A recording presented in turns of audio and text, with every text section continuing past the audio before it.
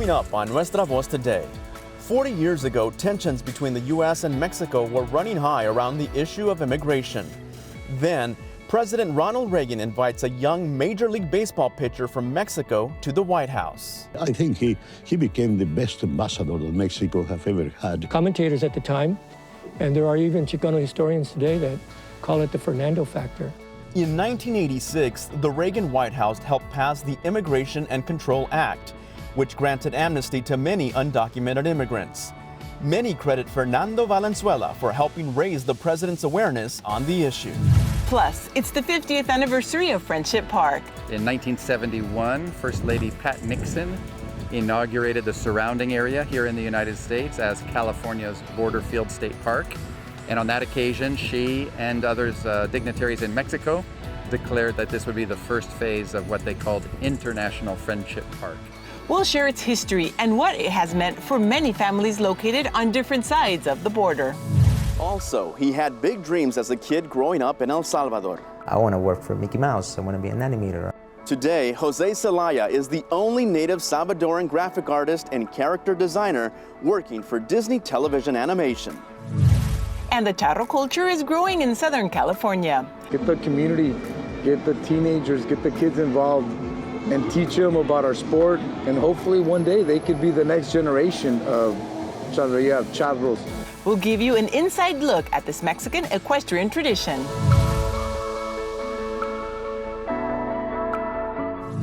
Hi everyone, hola, I'm Paola Hernández-Jiao.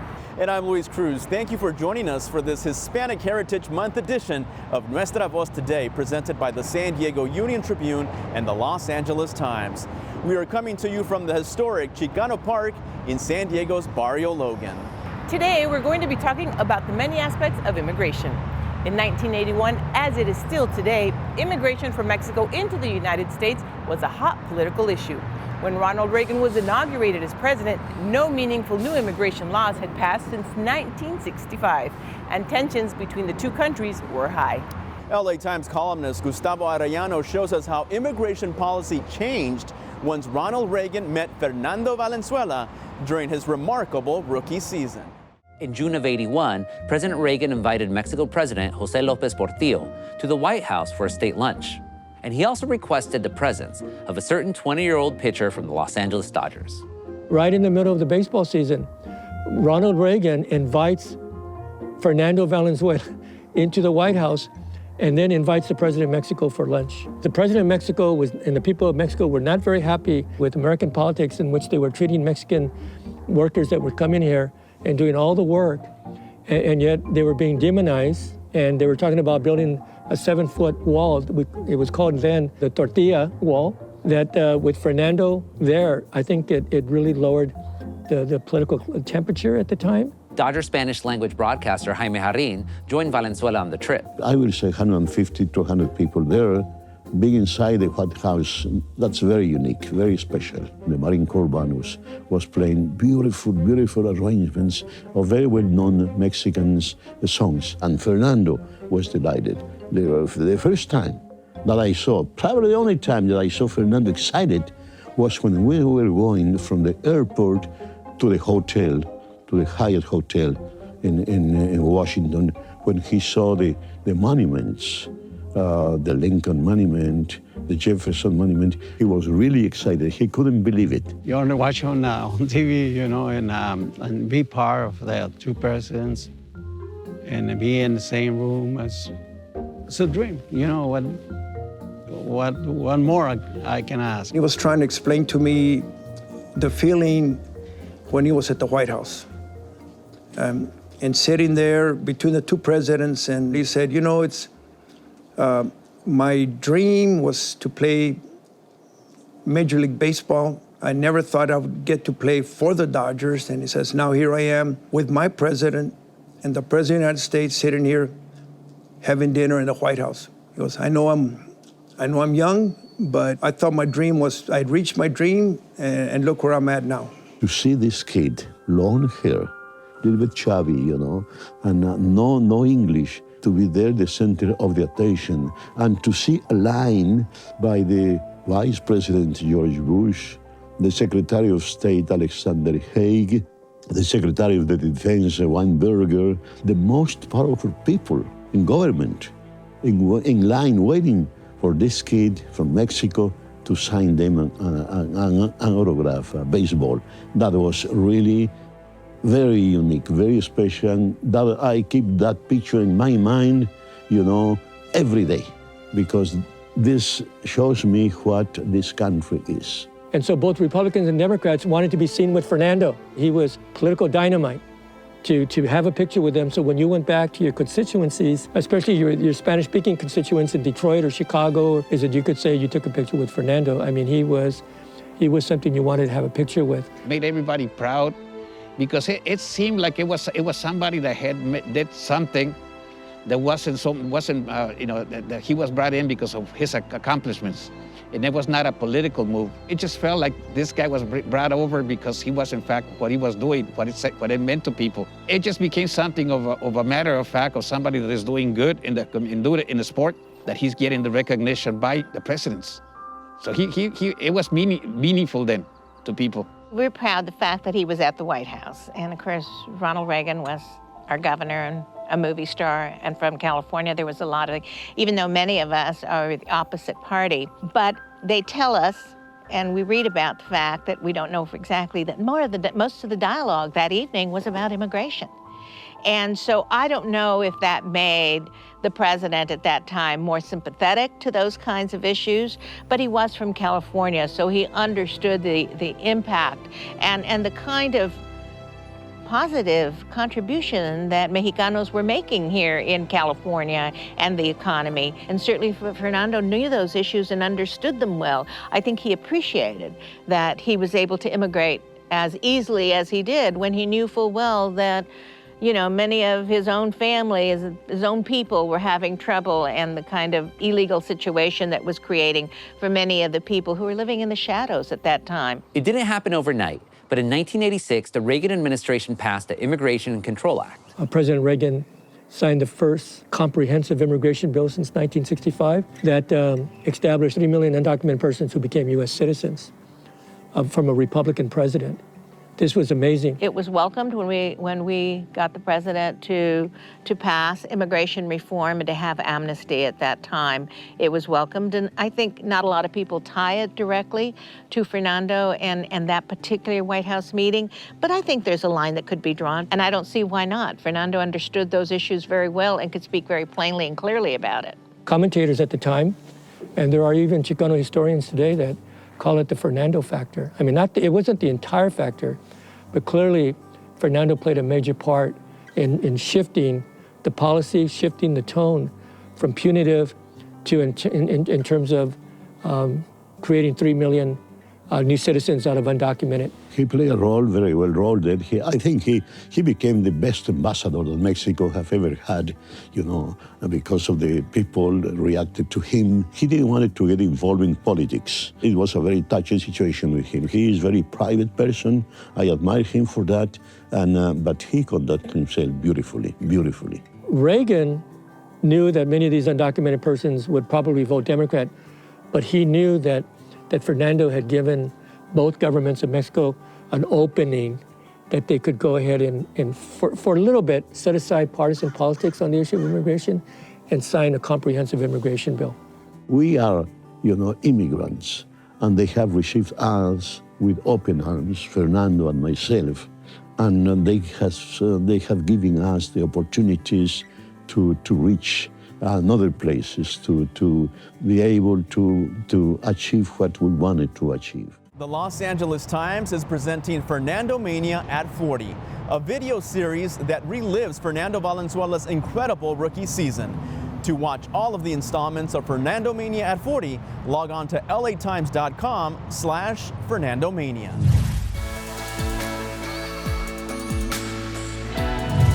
Charreria is inspired by the work of Mexican charros in haciendas. Reporter Andrea Lopez Villafaña takes us from San Isidro to Pico Rivera and shows us why this equestrian tradition is growing and how charreadas allow many of us to connect with our Mexican culture. For years, the Mexican equestrian sport of charreria has mesmerized spectators across the United States. It's a sport and tradition that's rooted in Mexican history.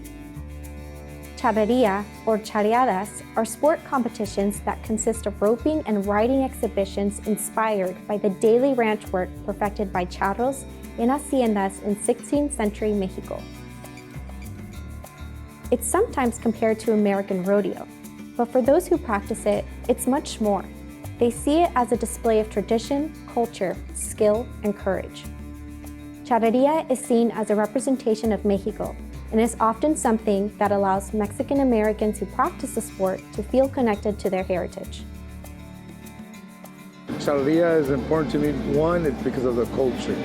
When you dress up as a charro, you're dressing up like Mexico, and that's important to me. And what does that mean?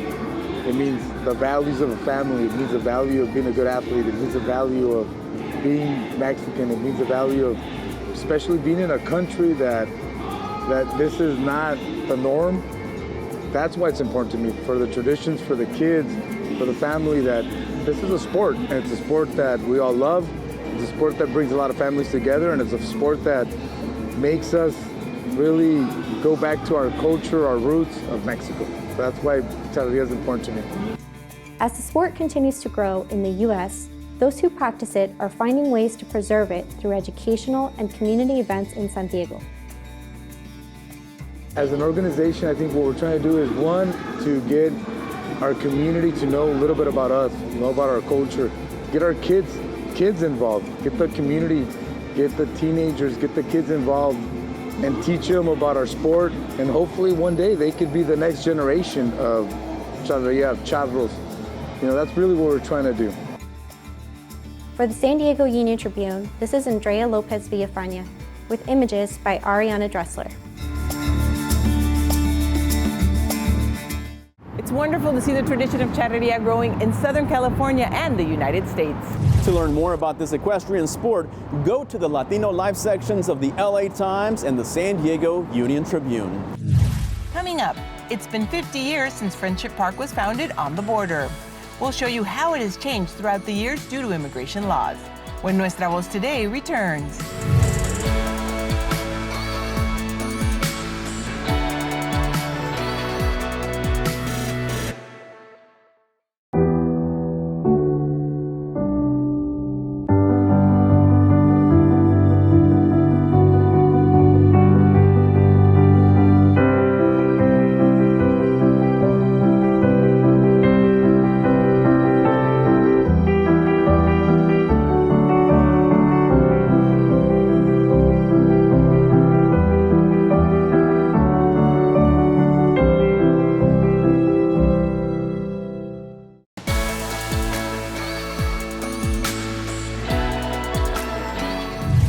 Friendship Park is celebrating its 50th anniversary.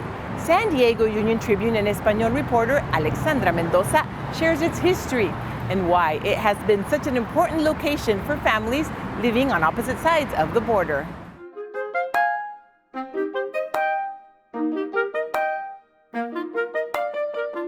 We're here at the U.S. side of Friendship Park. 50 years ago, then First Lady Pat Nixon opened this site, which she envisioned as an international friendship park on the U.S.-Mexico border. Back then, there was only a barbed wire fence that separated both countries. Today, we see another reality. Over time, this park established itself as a meeting place for families who have been separated by immigration laws.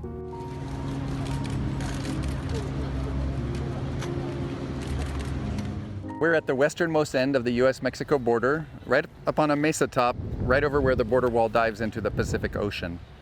And this mesa top is what historically was understood to be International Friendship Park. In 1971, First Lady Pat Nixon inaugurated the surrounding area here in the United States as California's Borderfield State Park. And on that occasion, she and others dignitaries in Mexico declared that this would be the first phase of what they called International Friendship Park.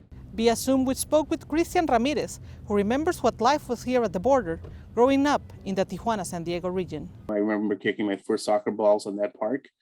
And, you know, I don't have a memory of the fence until I was, you know, a teenage boy. and living now on the U.S. side of the border. And our family moved to San Isidro, and Friendship Park was just a few miles, walking distance from our home. So those are the first memories that I have of the actual fence and not being able to go back and forth, right? And that was the early 1990s. Este es Rafael, viene de Los Ángeles y venía a ver a su mujer que venía de Ensenada con sus 5 niñas. Después ya cuando pusieron el segundo muro dejó de venir porque se pusieron más estrictos en la cuestión del estado migratorio de las personas que iban a visitar ahí, entonces ya no pudo venir porque era completamente indocumentado. For over 20 years, Maria Teresa Fernández has been documenting the park's transformation. We sat down with her in Chula Vista to listen to some of her stories. Desde que lo empecé a documentar me di cuenta que algo tenía este objeto. Estaba dando información constantemente, objetos, graffiti, los mismos migrantes al llegar ahí, te amo Julia, ¿no? Te amo, o soy de Valle, San Luis Potosí, este sitio tiene algo de vida, y poco a poco me di cuenta que sí, que era un objeto vivo, que estaba cambiando constantemente, que estaba creciendo en longitud, porque cuando yo comencé, nada más llegaba hasta Jocumba, y empezó a crecer y irse casi a correr toda la frontera. Mira, aquí está de lejos, aquí está el corral. Aparte y espero poder tener vida en el momento y que llegue cuando muera y poderlo documentar, que caiga. We spoke with Emma Sanchez. Nearly 15 years ago, she was deported to Mexico. At that time, while living in Tijuana, she used to meet with her family at the park, and she even had a wedding ceremony in front of the fence. She's now back in San Diego County, and she remembers those days. Sí, tuve la oportunidad de ver a mi familia. De hecho, en la boda, mi mamá me dio la bendición a través de ese muro, ella del lado americano, yo del lado mexicano. O sea que para mí es muy importante que ese muro esté abierto, que se retome lo que inicialmente quiso ser la primera dama, Pat Nixon, de hacer algo de amistad ahí, o sea, de hacer algo de unión de los dos países. Yo creo que es momento de buscar soluciones, no de buscar culpables ni de buscar más problemas. Emma recalls the first time she visited Friendship Park, but this time from the U.S. side. Llegas al muro y cuando llegas ves la malla esa gris, que no tienes la misma visibilidad que del lado mexicano. O sea, yo me sentí súper atrapada, súper encarcelada. Me dio tanta tristeza saber todas estas personas que están de este lado sin tener la oportunidad de viajar a México a ver a sus seres amados y sentir ese bloqueo, esa forma tan cruel de encarcelamiento. Me parece muy inhumano, muy cruel.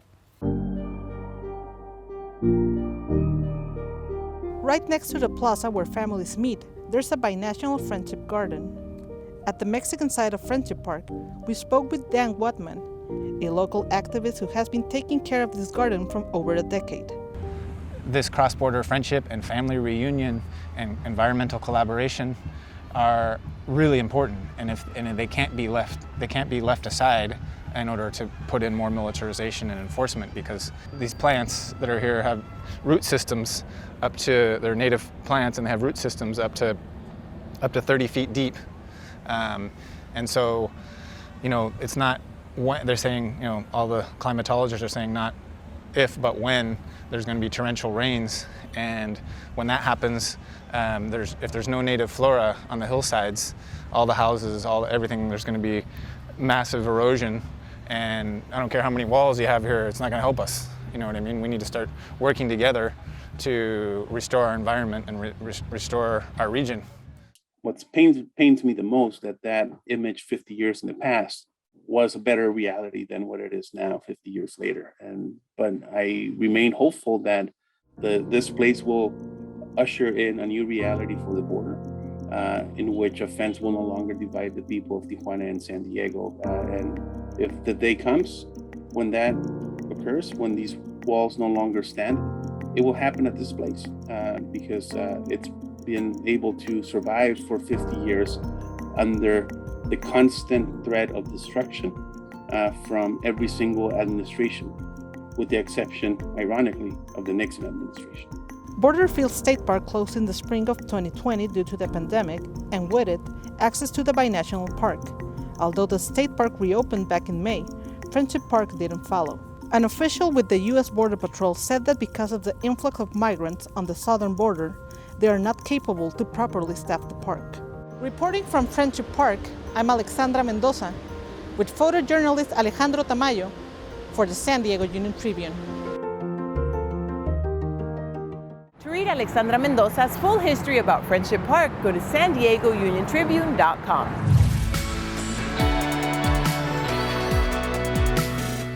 Artist Jose Zelaya knew he wanted to work as a Disney animator since he was a child. Los Angeles Times photojournalist Steve Saldivar shows us how Zelaya draws on his Salvadorian background and experiences to create magical characters. It's like writing. It's like writing a letter, you know, but with lines. You just place them with feelings. You put feelings and technique into it, and you get these characters that speak.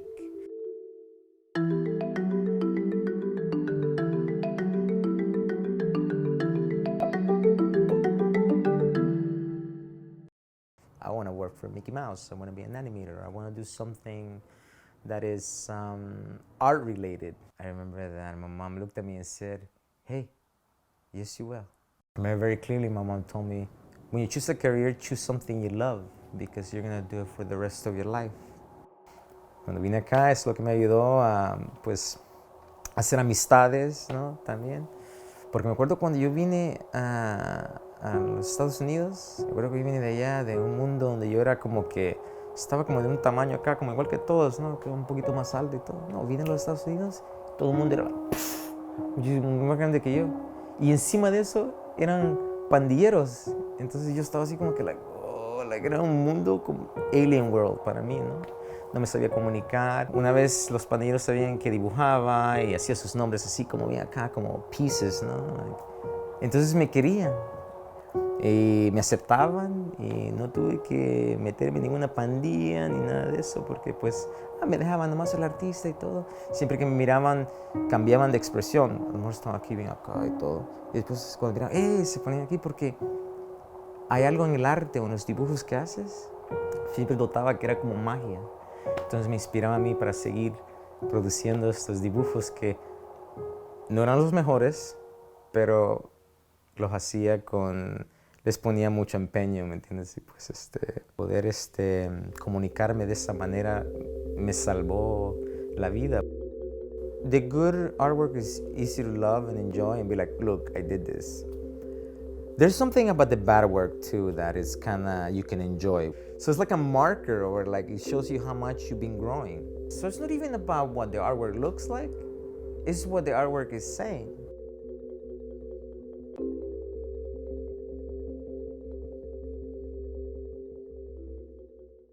LA Times en Español reporter Sodi Jimenez also wrote about Jose Zelaya. You can read his entire story and watch the full video by logging on to latimes.com.